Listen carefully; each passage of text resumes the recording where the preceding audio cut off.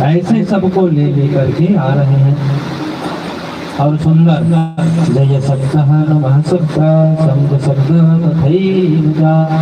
जय जयकार होने लगी, शंख घंटी आदि बजने लगी। और सदा सेव्या श्रीमद्भागवती कथा यस्य श्रवणमात्रेण हर्षितं श्रमात्रये। सदा इस भागवत की कथा को श्रवण करेंगे। ऐसे जैसे ही महत्व कहना प्रारंभ किए उसी समय माता का भक्ति मैया प्रकट हो गई। भक्ति सुतौ तौ चरणौ गृहीत्वा प्रेमैकरूपा सहसा विराजे। श्री कृष्ण गोविंद हरे मुरारे नाथेति नामानि मुहुर्भवन्ति। ज्ञान वैराग्य के साथ में छम छम नाचती हुई भक्ति मैया प्रकट हो गई। प्रेम से बोलिए भक्ति महारानी की जय। हे कृष्ण गोविंद हरे मुरारे हे नाथ नारायण वासुदेव। हे कृष्ण गोविंद हरे मुरारे हे नाथ नारायण वासुदेव। सुनते मुरारी आए हैं हम जो घर पे तेरे ओ बनवासी। हे कृष्ण गोविंद हरे मुरारे हे नाथ नारायण वासुदेव। हरे मुरारे हे नाथ नारायण वासुदेव।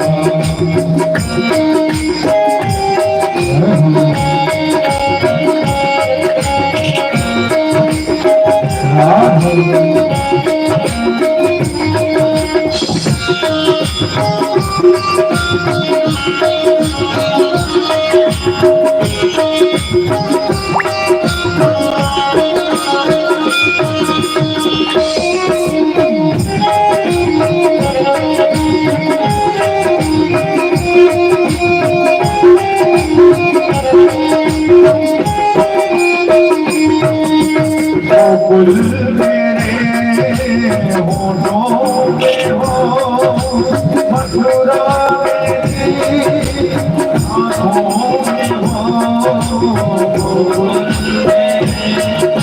होठों पे हो मथुरा मेरी आँखों में हो द्वारिका की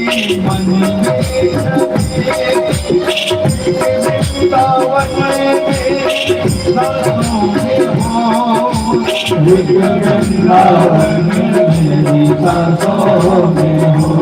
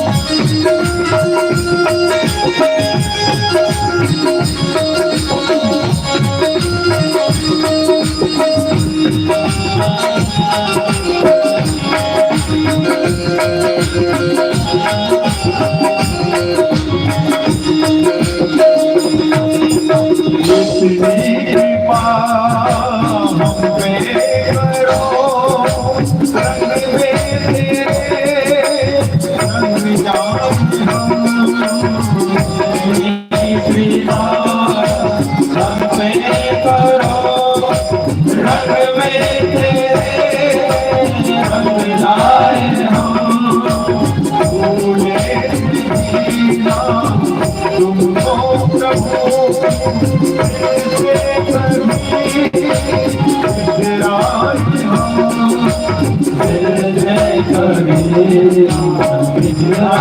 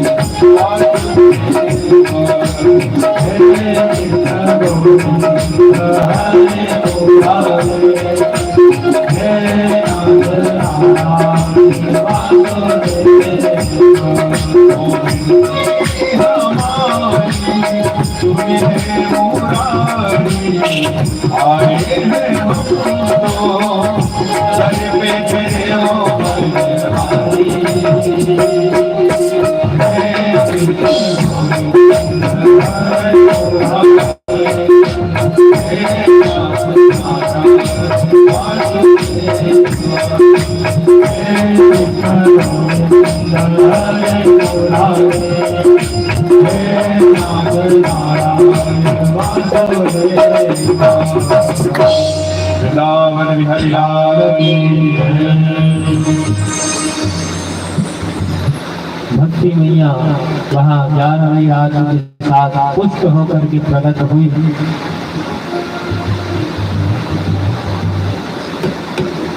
और सुंदर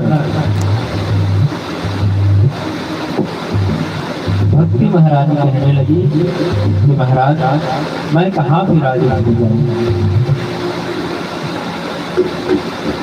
नारद जी कहते हैं कि भैया आप समस्त भक्तों के हृदय में ही विराजित हो जाइए।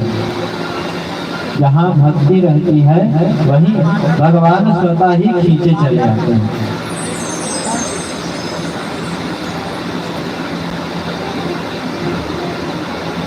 नारद जी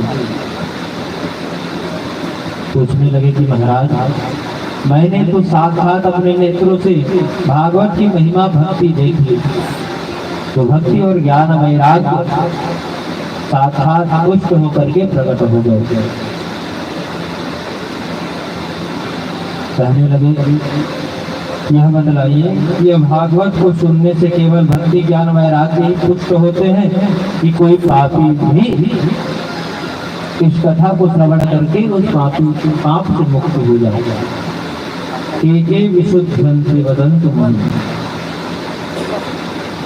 ऐसा कौन है, कौन है इस कथा को श्रवण करके मुक्त हो जाएगा।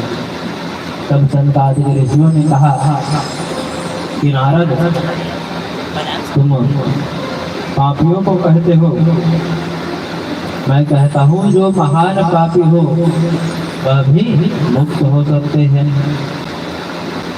कैसे कैसे पापी? ये मानव पाप कृत सर्वदा सदा दूराचाररता विमार्गः क्रोधाभिदग्धा कुटिलस्य कामिनः शक्ताः यज्ञेन कलौ पुनन्ति ते। ये मानवः पाप कृतस्य सर्वदा, जो सदैव सर्वदा पाप में लिप्त रहता है, सदा दुराचार रता विमार्ग, सदा दुराचार में रहता है, सदा गलत गलत मार्ग में चलता है। क्रोधाभिदग्धा कुटिलस्य कामिनः, जो क्रोधी है, कुटिल है, कामी है, ऐसे व्यक्ति भी सप्ताह यज्ञेन कलौ पुनन्ति ते। यदि मन क्रम वचन से श्रवण कर ले तो मुक्ति को प्राप्त कर लेते हैं। नारद जी कहने लगे कि महाराज कोखनो तो हो ही ऐसे कोनो पापी है जो मुक्त हो, ये कथा सुन के कि इसने कहा था। तो संतादित कहते हैं कि नारद हम लोग भी बात करते हैं प्रमाण के साथ बात करते हैं, बिना प्रमाण की कोई बात नहीं करते। तुमने पूछा कि ऐसा कोई है जो पापी इस कथा को श्रवण करके मुक्त हुआ हो, तो मुझे एक पुराना इतिहास याद आया। बतलाए पठते कीर्तिष्यामि इतिहास पुरातनम् यस्य श्रवण मात्रेण पापहानि प्रजायते।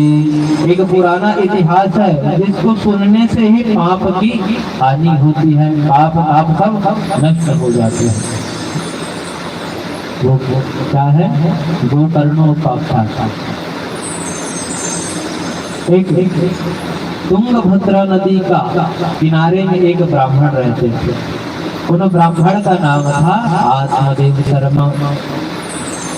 वो कैसे थे? द्वितीय व भास्करा। वो महाराज बड़े ही ब्रह्म ज्ञानी थे और द्वितीय भास्कर के समान थे। इतना मुखमंडल में तेज था, त्रिकाल संध्या करते थे, हवन आदि यज्ञ आदि किया करते थे। इतने सज्जन वो ब्राह्मण थे आत्मदेव महाराज। परंतु जो उनकी पत्नी थी वो महाराज के विपरीत थी। तो कैसी थी? तो लोकवार्ता रतः क्रूरा प्रायसो भुवः जल्पिका सूराज्यागृहकृत्येषु कृपणः कुलः प्रिया कलह प्रिया। कैसी थी? आत्मदेव ब्राह्मण की पत्नी का नाम था धुंधली।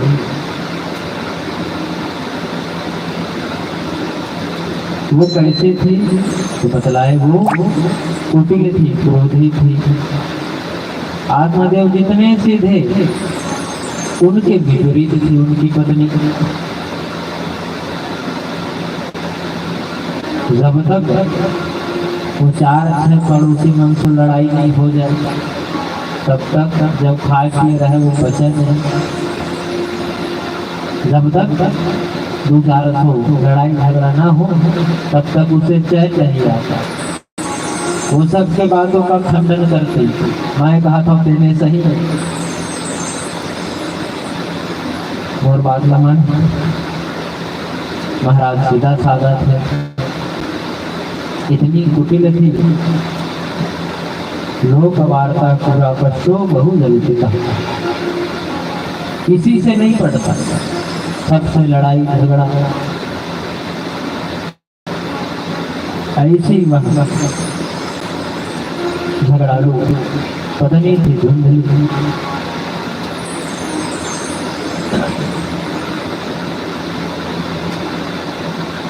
ब्राह्मण का कोई संतान नहीं, परंतु ब्राह्मण को उसका कोई चिंता नहीं। एक दिन ब्राह्मण गुजर रहे थे, किसी के मुख से सुन लिया कि बताओ ब्राह्मण का कितना दिन हो गया विवाह, कोई पुत्र नहीं है। आज बड़ा दुख हुआ, बेटा की विवाह हो जाए, बहू आ जाए, 2-4 साल का हो, बाल गोपाल नहीं हो। तो जब तक दाई दादा चिंता नहीं उखल ले जाता तो पड़ोसी चिंता नहीं थी। दाई कामा से तो फलाना की होनी बापू। माता पिता को उतना चिंता नहीं रहता, पड़ोसी को ज्यादा चिंता रहता। पिता बाता इस कारण से उनका कोई पुत्र नहीं हो रहा। ब्राह्मण सुने, उसके मन में बड़ा दुख भी हुआ। ऋषि महात्मा के पास उन्होंने उपाय बनाया कि महाराज गौ पाल लो, घर में गौ का सेवा करो, तुलसी का वृक्ष लगा लो, बढ़िया फलदार वृक्ष लगा लो, जिससे तुम्हारे घर में भगवान की कृपा हुई तो बालक आ जाएगा। एक गैया ले आया, तुलसी लगा लिया, बढ़िया फलदार वृक्ष लगा लिया, परंतु उस गैया को भी कोई बछड़ा नहीं। तुलसी सूख जाए, जो फलदार वृक्ष है वो फले, क्षमा कीजिए, जो फलदार वृक्ष वो फूलते परंतु झड़ाते, उसमें फल ही नहीं लगता। अब तो और दुखी हुआ, और दुखी होकर के एक दिन जंगल में निकल गया। जंगल में जाकर के रो रहा है। उस जंगल के रास्ते से एक महात्मा जा रहे थे। महात्मा जी सोचे कि ये शायद ब्राह्मण है, शायद बहुत दिन से तपस्या में लीन था और भगवान की प्राप्ति नहीं हुई, इसलिए रो रहा है। तो गए ऋषि महाराज और पूछने लगे, भैया तुम रोते क्यों हो?